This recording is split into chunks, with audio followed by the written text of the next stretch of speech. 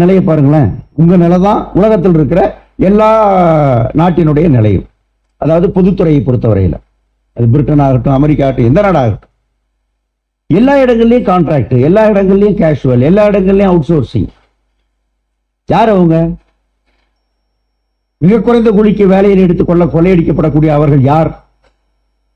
நம்முடைய தம்பி தானே, நம்முடைய தங்கை தானே, நம்முடைய விவசாய குடும்பத்திலிருந்து வந்தவங்க தானே, நம்முடைய நடுத்தர குடும்பத்திலிருந்து வந்தவங்க தானே.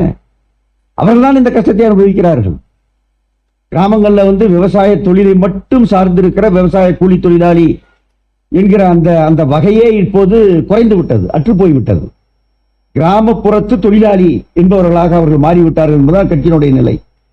3 மாசம் விவசாய வேலை பார்க்கறான், அடுத்த 9 மாசம் கட்டுமான வேலை பார்க்கறான், இல்லைன்னா மூட்டை தூக்குற வேலை பார்க்கறான், இல்லைன்னா நகரத்தில் ஏதாவது ஒரு வேலையை பார்க்கறான். அப்படிங்கிற மாதிரியான தொழிலாளிகள் தான் இன்னைக்கு கோடிக்கணக்கான பேர்.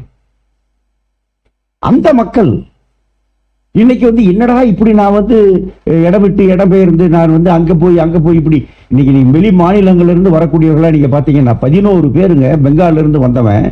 அவனுக்கு வேலை கிடைக்கல, ஆகவே ரயில்வே ஸ்டேஷன்ல படுக்கிறான். 2 நாளா சோறு கிடையாது, 3 நாளா சோறு கிடையாது, கையில காசு கிடையாது, திரும்பி போறதுக்கு வழி கிடையாது, படுக்கிறதுக்கு என்னடா பண்றது, பிளாட்ஃபார்ம்லயே படுத்து கிடக்குறான். திடீர்னு அதுல 4 பேர் மயங்கிட்டான், அவ்வளவுதான், பசியில.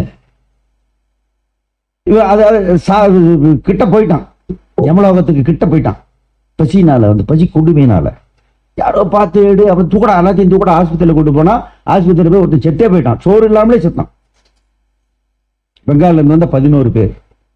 அதுக்கப்புறம் பல நாட்கள் மருத்துவமனையில் சிகிச்சை செய்து அவங்களை திருப்பி அனுப்பி வைக்கக்கூடிய காரியத்தை இது இந்தியாவினுடைய இதை எத்தனை பேர் எழுதுனா, எவன் எழுதுனா?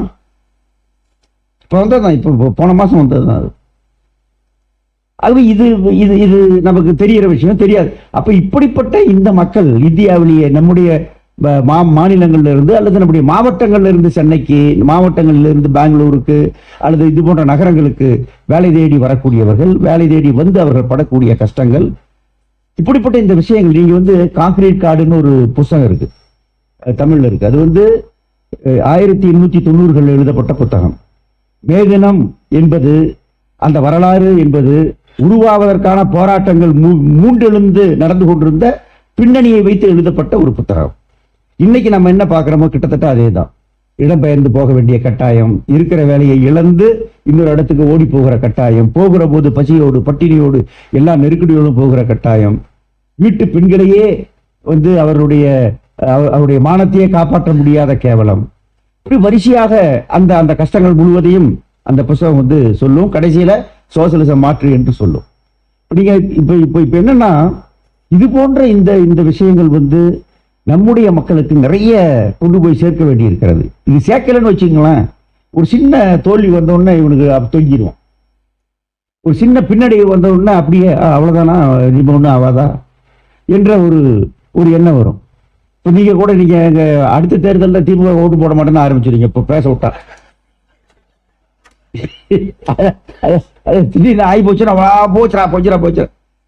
அது நீங்க அது யாருக்கு எதிராக பேசுறது? அப்புறம் அதுக்கு நான் போட ஏற்கனவே நம்ம பார்லிமெண்ட் தேர்தலில் பேசணும், மற்றது பண்ணோம். இப்பவும் அதை நம்ம மனசுல வச்சுட்டு அதுக்கான முன்னேற்றத்தை பண்ணணும். யாரை பத்தி நம்ம ஒன்றும் பிரமை நமக்கு இருக்க வேண்டிய அவசியம் கிடையாது.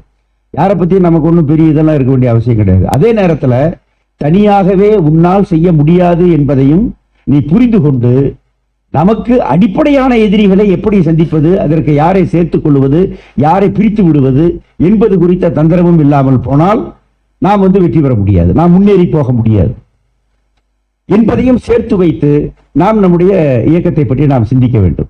இப்ப நீங்க